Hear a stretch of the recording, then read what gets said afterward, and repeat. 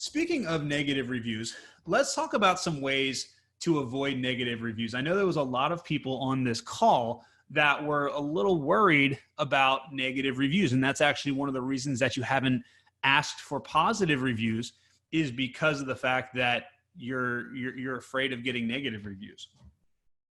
So,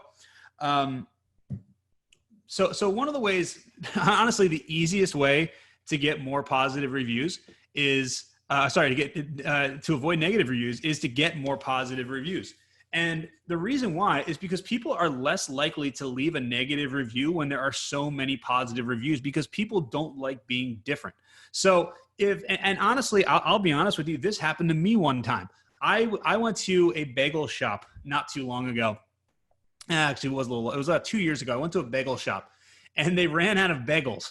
And I was so mad because I don't eat junk food very often. And I try not to eat carbs, or at least I wasn't back then. And I decided I was going to have a bagel, and I was so mad that they were out of bagels. It was a bagel shop at like 8 o'clock on a Sunday morning, and they were out of bagels. And then on top of that, the person was rude to me at the counter and a bunch of other things. So I went to leave them a negative review, and I went to their Google My Business page, and they had 500 something reviews, all of which were positive.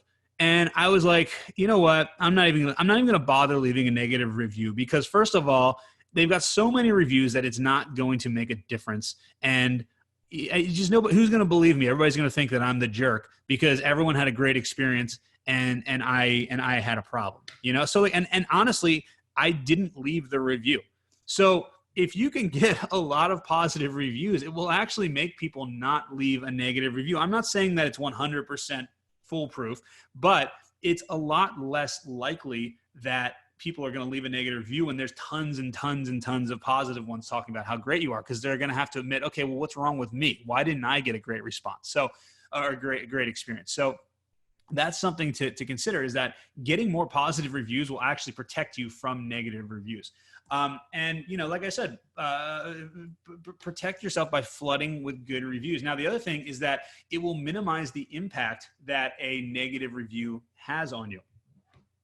So what do I mean by that? Basically, take a look at this.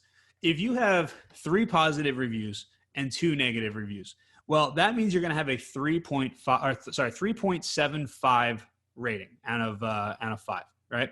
However, if you have 50 positive reviews and 5 negative reviews, now you've got a 4.54, even though technically you have more negative reviews than positive reviews.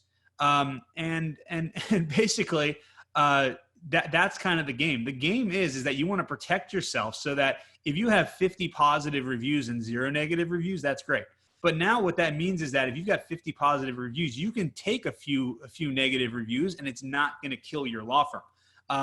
You know, at 3 positive reviews, 2 negative reviews put you at a 3.75. Imagine one more. Now you're at 2.5 stars. Like that's the problem with the negative. That's the problem with negative reviews. If you don't have a lot of positive reviews, if you've got 500 positive reviews, then it's going to be very, very difficult to knock down your average with a lot of negative reviews. So you really need to protect yourself from negative reviews by flooding yourself with good reviews.